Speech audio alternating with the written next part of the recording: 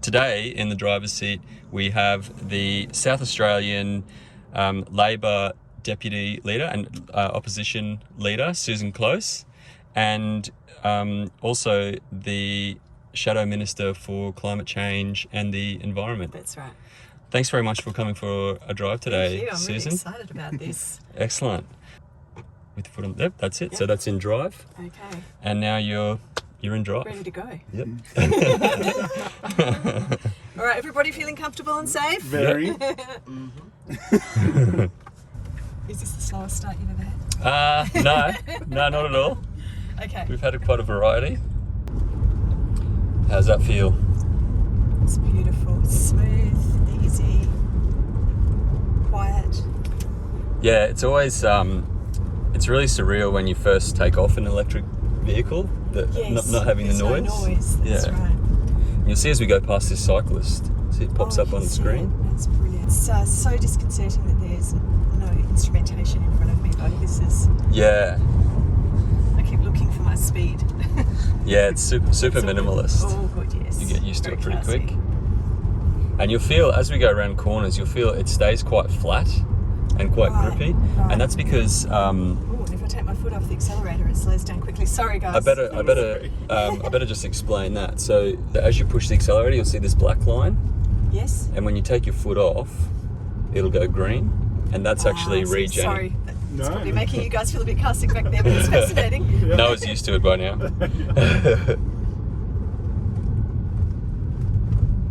So yeah, what that does, an electric motor in reverse is actually a generator. Okay. So you're using the car's momentum to induce current, and that's putting energy back into the battery. So electric motors actually run at around 95% efficiency.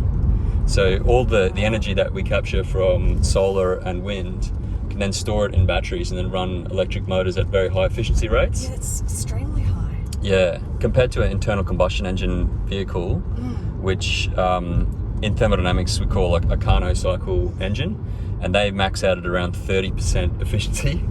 So for every litre that you burn of petrol, 700 mils is lost energy in heat and sound. Yeah. So tell me about using an electric car to complement your household electricity use.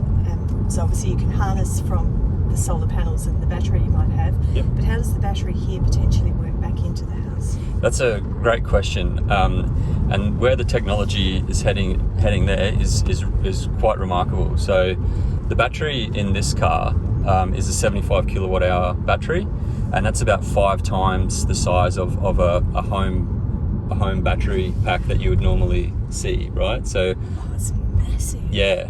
And so what they're currently working on now is what they call vehicle to grid technology.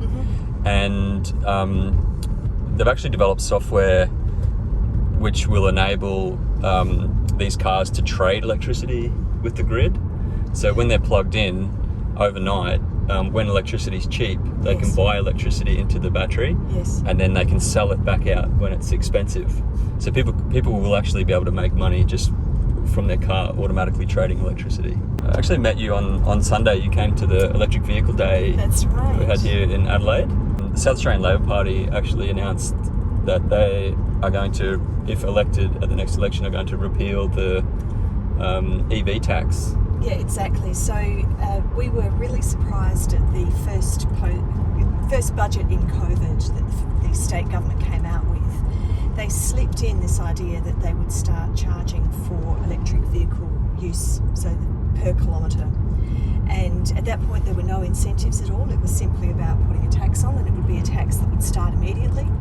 And they were going to bring in the legislation within a few weeks. And we were stunned because it seemed so out of step with what we need to do, given how serious climate change is and how much our emissions from transport contribute to our part of climate change, and how stranded we are with the kind of technology that's going to be completely useless in the future. You know, we have really high emissions vehicles here, and we were doing essentially nothing to encourage uptake of electric vehicles, and then the government decided it wanted to punish people. So it then disappeared. There was a lot of community uproar and it disappeared.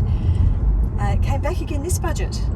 Oh yeah, no, we are going to be doing that, which again really surprised us because we thought they'd got the message. Yeah. So it's now gone through Parliament. They were forced to make various modifications, so they have indicated that they'll do some incentives, although it's capped, so it's not regardless of how many people buy electric vehicles. There's a certain number that will get an incentive payment, and it will come in 2027, whether or not it hits a target of 30%. Yep. So if there's 30% of new car sales before 2027, it'll come in. But even if it's at 5-10% by 2027, it's coming in. Yeah.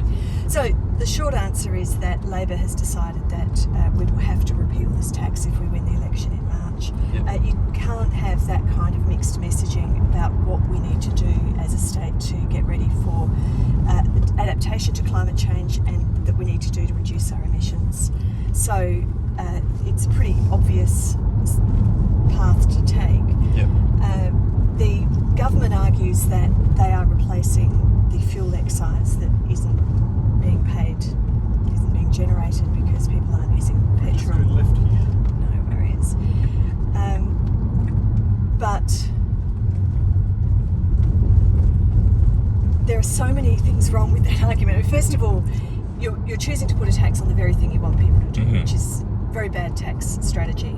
So the majority of, at the moment, because there aren't many electric vehicles, the majority of the drop in fuel excise income comes from more efficient cars. And they're not doing anything about that, nor should they. It's also a federal tax, so the state government is choosing to try to solve a federal government problem. And it's not a tax that is hypothecated, so the federal fuel excise is not required to be spent on roads, and it's not required to be spent in any particular state at any particular level. It's up to the federal government's discretion. So a small state government with a big road system is deciding that it's going to fix the federal government's problem at the cost of people who are doing the right thing and buying electric vehicles. There will have to be a discussion about how roads are maintained in the future and how taxation plays a role in that. There's absolutely no reason why that should be carried most by the people doing the right thing. And there's this additional argument, of course, that electric vehicles and more efficient vehicles generally reduce air pollution. So the other side benefits of purchasing more efficient and particularly electric vehicles are not being accounted for at all.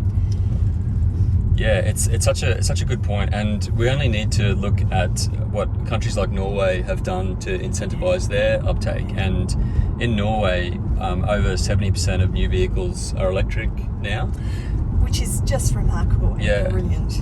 But there's no reason we shouldn't be there as well pretty rapidly, as long as we have the kind of infrastructure that's needed to assure people that they'll be able to charge, because obviously we have much bigger distances than most countries.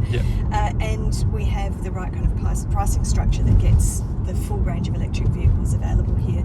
And I don't think people realise how few electric vehicles that could be sold in Australia are being sold in Australia, and that's because we have such an immature market. And sending signals like we're going to tax you for every kilometre you drive is not going to encourage those companies to start producing left-hand drive vehicles and getting them over here and available.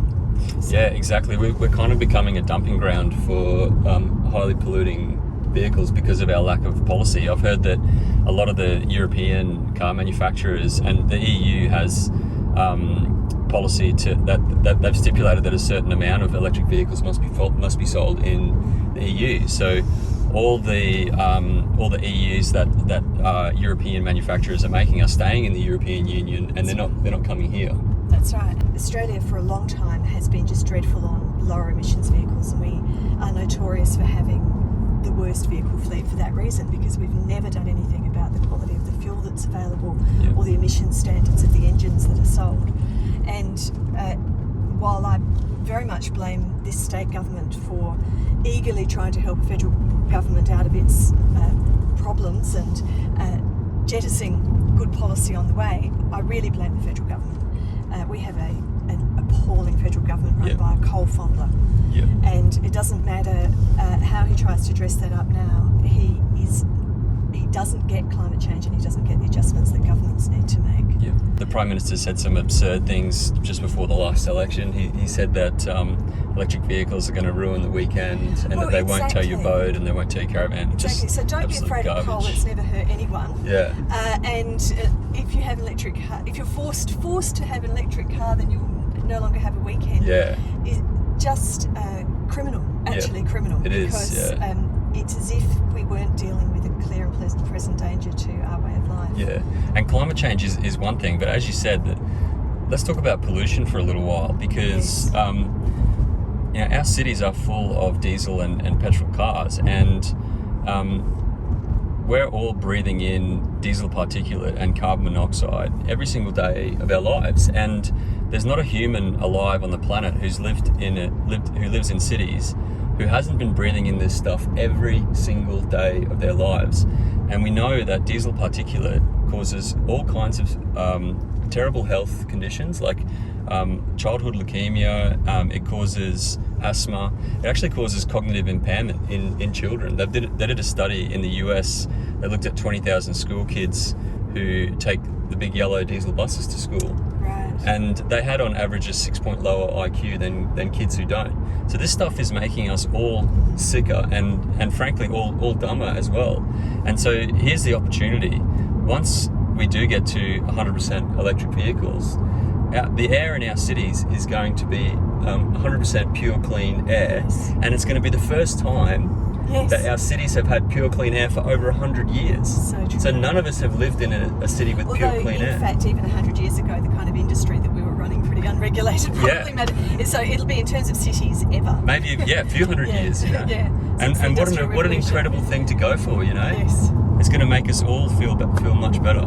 That's right. And I know that we have to be careful about vehicles being entirely silent because of safety considerations, so people don't get run over by a silent car coming up behind them. So I think there's some modifications that are made to make a little bit of noise. Yeah. So I'll ask you about that. But nonetheless, they are much quieter, which makes general life in the city much better, doesn't it? Yeah. You sit out on the pavements and have your coffee and not have that Al fresco dining without the roar traffic, in the background. That's right. Yeah. But what is it that we do? Is it there's a bit of artificial noise put is there now, or is it? Yes, we're going to go back to the city. Exactly. Yeah, no, I know this part, which is great. cool. There isn't any artificial noise in this, and I'm a little bit suspect about this, right? Because there's a lot of stories about this stuff, but there doesn't seem to be any evidence to back it up. I haven't heard That's any interesting. reports of anyone being hit Actually by an being run electric over. car. And again, we have to remember that the oil industry generates $2 trillion US per year, right? Wow. And that's around $4 billion US per day.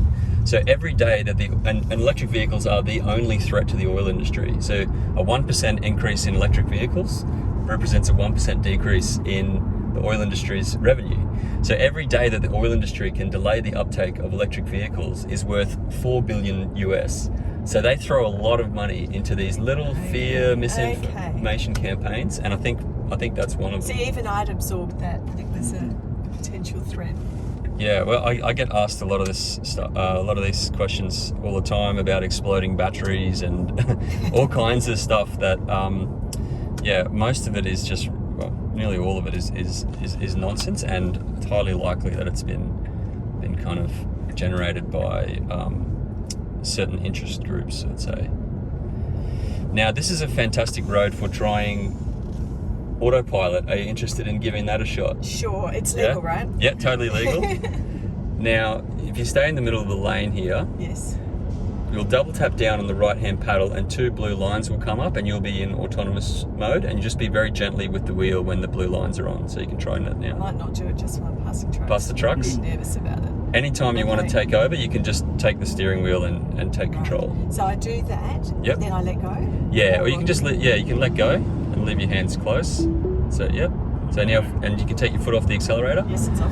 Your max speed is set to 90. You can scroll that up or down here, but that's fine. Yep. And it's also going to set your Because I speed. think it's 60 here at the moment. Yeah, that's okay. It'll set your speed to the car in front. Okay. See, it's picking up all these cars here. Yes. You're locked in the middle of the lane.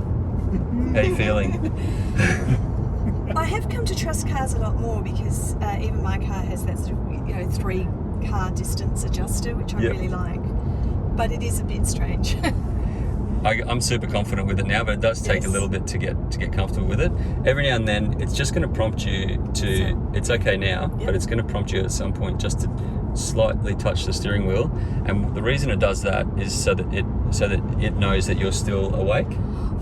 So it's not that it needs the adjustment; it wants to make sure you're still paying attention. Yeah, or you haven't had a heart attack or something like that. Okay.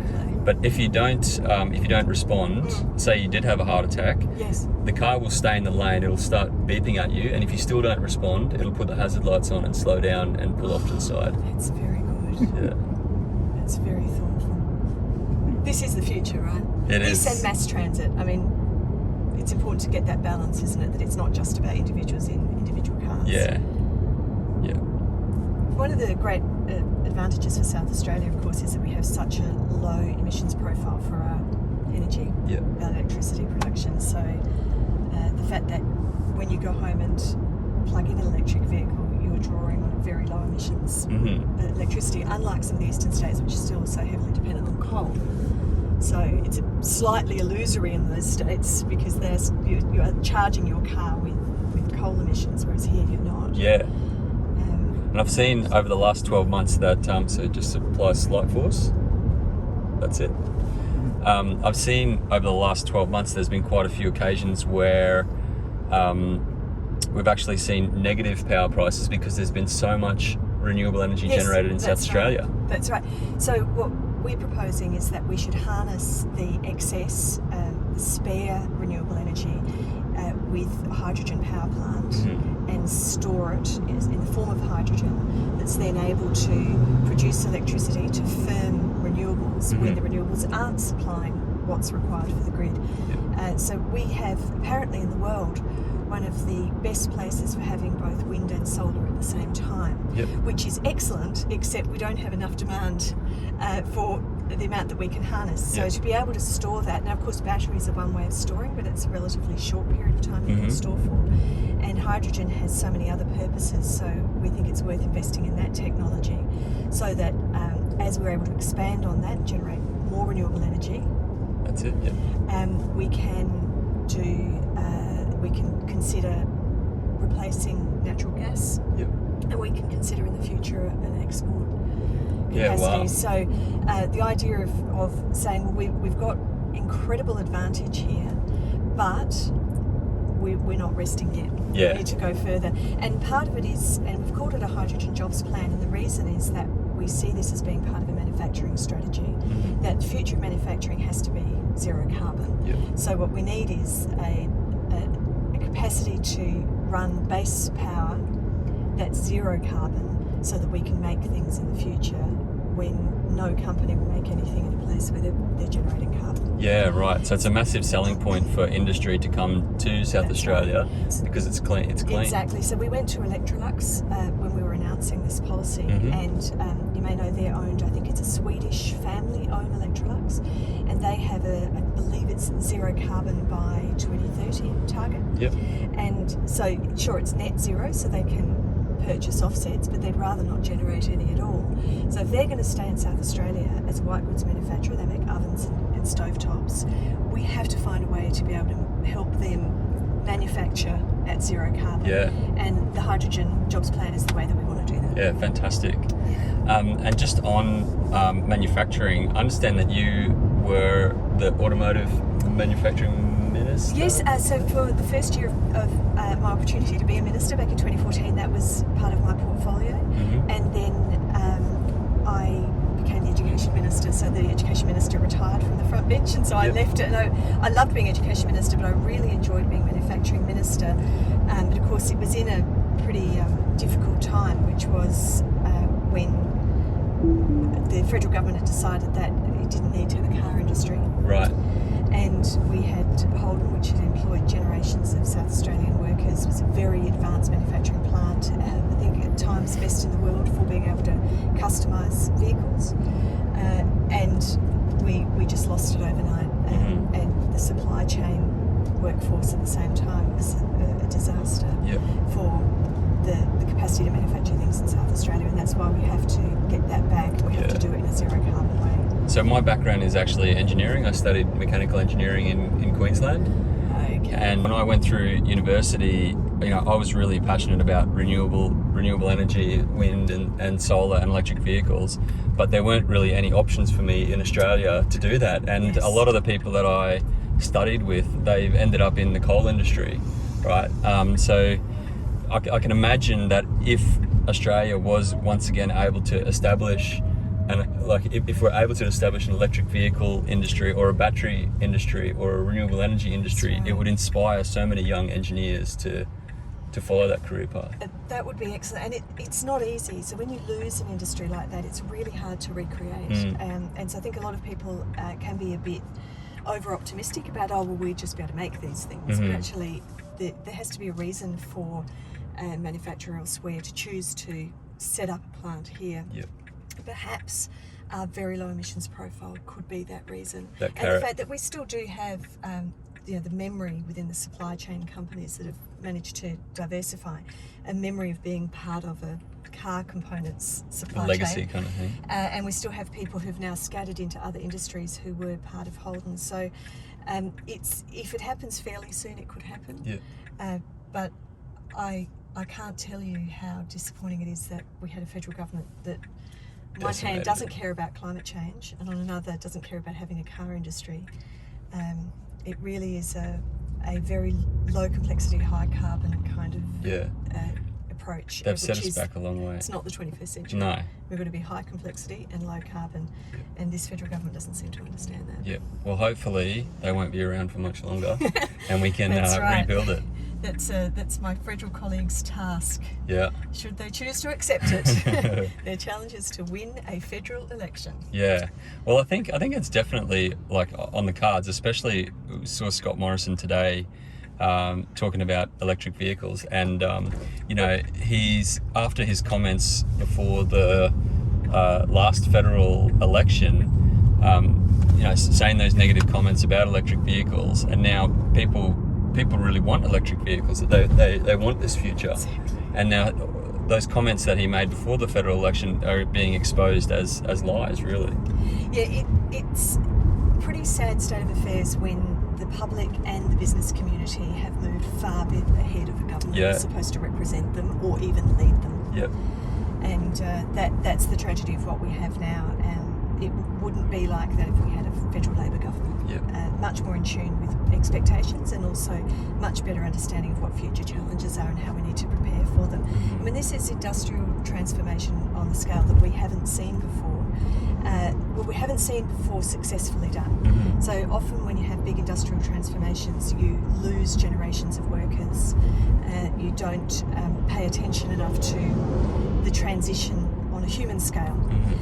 And if you're going to do it properly, you have to know what you're aiming for and help people through it. And what we have is a federal government that's being dragged kicking and screaming, and that can only cause problem for people who are working in industries that are going to have to change. Yeah.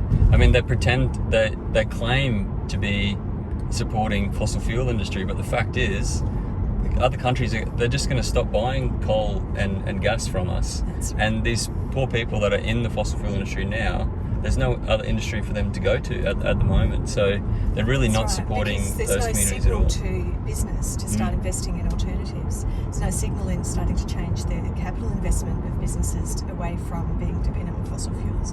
There's no requirement from the federal government to do anything. And although business wants to be there, they don't want things to suddenly change and not to have it right. But I suspect actually, if we get a Labor government in, I think the business community will be so ready that things will change very quickly, and we will start to see a much lower carbon economy. Yep. What we have to do is make sure that doesn't come at the expense of business funding. Yep. Expensive workers. Yeah, absolutely. It has to be done with them. And it's not like we have to invent the wheel from scratch. Germany does this. Yeah. They know that industrial transformation is hard on individuals, and they create mechanisms to guarantee work. Yep. Absolutely. I actually used to live in Germany, in the southwest, and I worked there as an engineer briefly as well. Which city were you? I was about 50 south of Karlsruhe, so just north of Freiburg. Okay. But really, really engineering heartland of, Yes. of Germany. Yes. And the company I worked for actually made automotive hoists for companies like Audi and BMW. So they supplied their hoists for their factories. Okay. And Germany really handled their transition well with their coal workers as well. The other thing they do in Western and particularly northwestern Europe, much better than we do in Australia, is they harness the power of their universities. Mm-hmm. So they integrate universities as educators, universities as research institutes. They harness that alongside industry and alongside government. Mm-hmm. And that's when you have a very powerful, high complexity, agile nation that can move as circumstances like climate change require. Yep. Here we have a federal government that seems to want to punish universities. Yeah. They're doing terrible things to the fee structure for students, so trying to get them to stop learning about how the world works, and they're also not investing in research. They're requiring universities to have international students to pay for research. Mm-hmm. And with COVID, that's really exposed the problems. Yeah, absolutely. Yeah. But on a positive, I do really feel like the electric vehicle revolution has started, and it feels like it's coming from below. It's a grassroots revolution, as we saw on Sunday. It was so good, wasn't it, to see so many people there with their electric vehicles and such enthusiasm for the transformation. I loved it. Yeah. I think the Australia Institute expected maybe 10 cars when you first started. Yeah. Yeah, about 100 or more. Much bigger event than we were expecting. Yeah. Yeah. What's it telling me? What's going Oh, on? this is just a camera. It's not the car. What have I done? What have I touched? Have you enjoyed the drive? It's incredibly natural, isn't it? It's just a Yeah. car. It's just an efficient, quiet, beautiful car. Yeah. But it's nothing scary. No, it's quite intuitive. Yep. And this car is essentially like the Ford Model T of our time. You know, these are the first mass-produced electric vehicles. And yeah, this will be a really famous model in future. I promise not to ding it. It's all right. It'll probably stop you from doing that anyway. It probably will. It's my kind of car. Yeah, people on these drives, people say, "Oh, don't you get worried about all these people driving your car?" And I just say, "Oh, I've got a lot of faith in the technology." That's right. So this is beautiful. We've just been announcing a few environment policies. So the one that we've just done is about planting and weeding, restoring nature on private lands. So, obviously most of South Australia is under private leasehold or ownership. Yep. And so working with farmers and pastoralists to protect nature. And then we go to the other great issue in our lifetime, which is climate change, so biodiversity loss and then climate change. Yep. And here we are showing the way. It's a good day. Yeah, absolutely. It's a good day to be a politician, and I don't always say that. Absolutely. And we've talked about the federal politics and how toxic it is at the moment.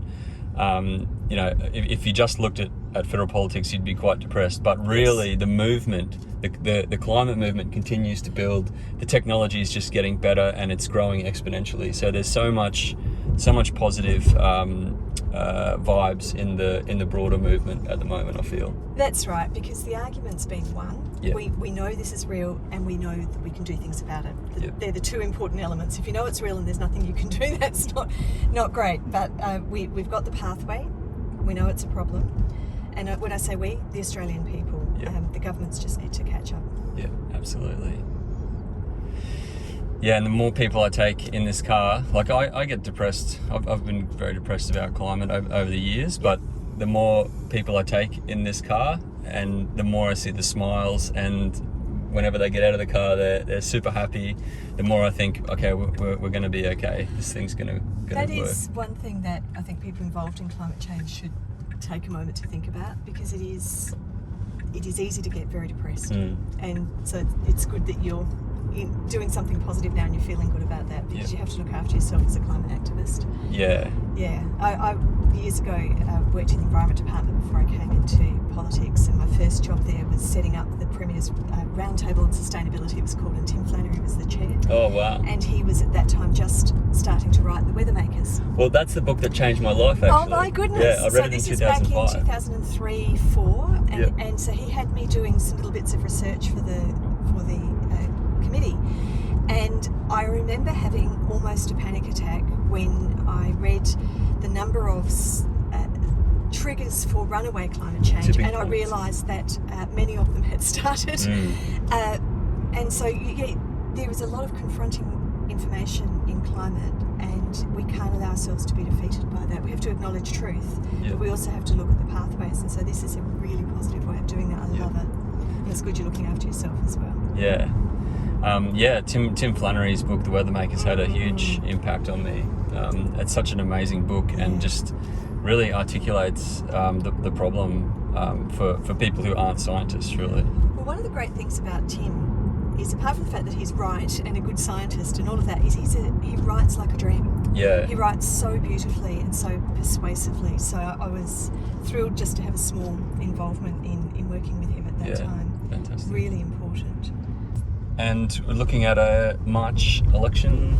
Yes, so we have fixed terms, and the expectation is for the 19th of March. However, there is a provision that if the federal government decides to have its election in March, then we have to move by up to Like 3 bumped, weeks. yeah. Yep, so it could be April. Yep. Well, maybe I'll come back in a couple of months before the election and take some other people for a drive around That would be South great. Australia. Yes. And look, I'm astonished that this government has decided to put a tax on electric vehicles, and it doesn't do very much on climate change. It talks a bit about it though, but it's not a climate denying government, and I give them credit for that. They're not like the Scott Morrison crew.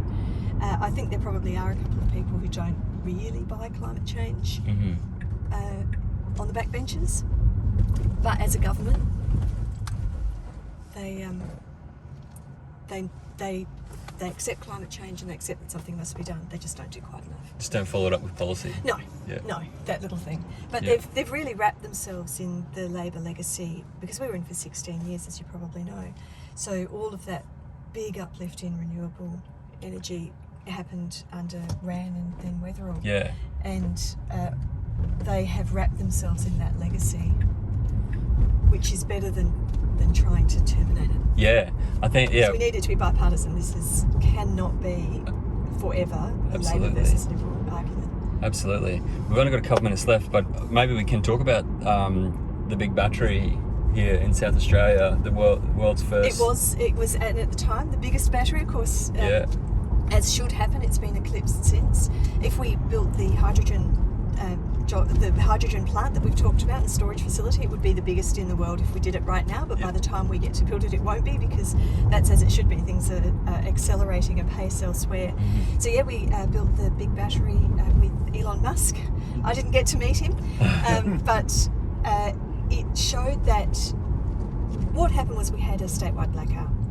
And some people, including Stephen Marshall and Nick Xenophon, but most notoriously the federal government, decided to blame our renewable energy sources for that blackout, despite the fact that there were these huge electricity towers, pylons that had been knocked over by the wind. But we knew that we couldn't walk away from renewable energy. We needed to double down on it and make it as secure as possible. And so the battery was one way of doing that.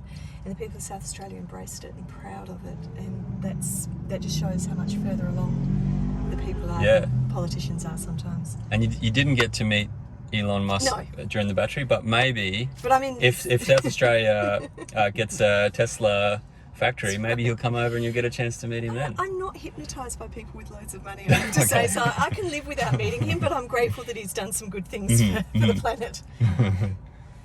He has said that he'd like to get a Tesla factory on every continent. Okay. And Australia is technically a continent. We are a continent. So to say, the big advantage here is if you come here, you won't be using coal-fired power.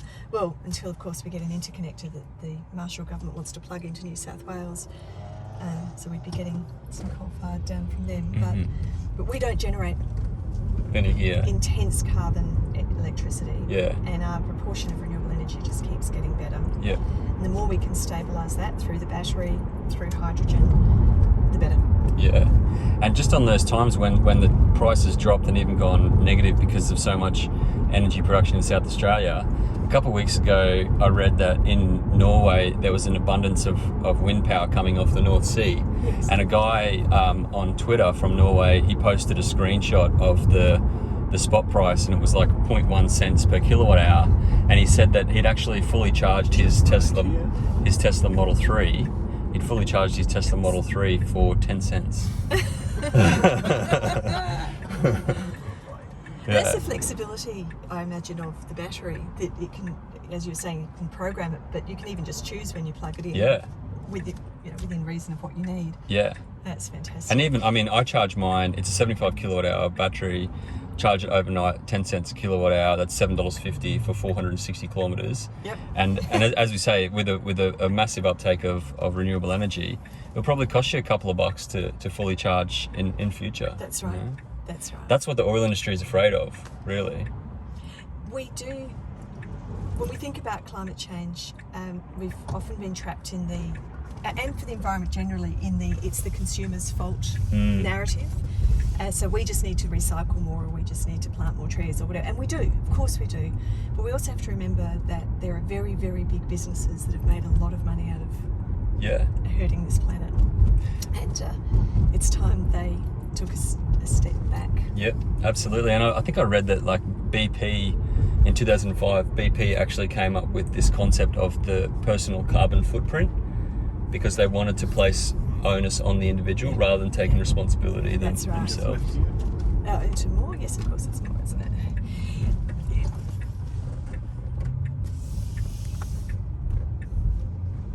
It's great to make people feel responsible and to take responsibility for our choices, but it's important that the structures and the systems around that allow people to make the right choices for the planet. And that's something that only governments can do. Absolutely. All right. But if you just on the paddle, there's a button just on the end. That's the park. So that's now in park. And South Australian Deputy Opposition Leader Susan Close, thank you so much for driving this electric vehicle today. That was so fun. Excellent. And it was really good talking to you as well. I appreciated it. Great. Thanks very much.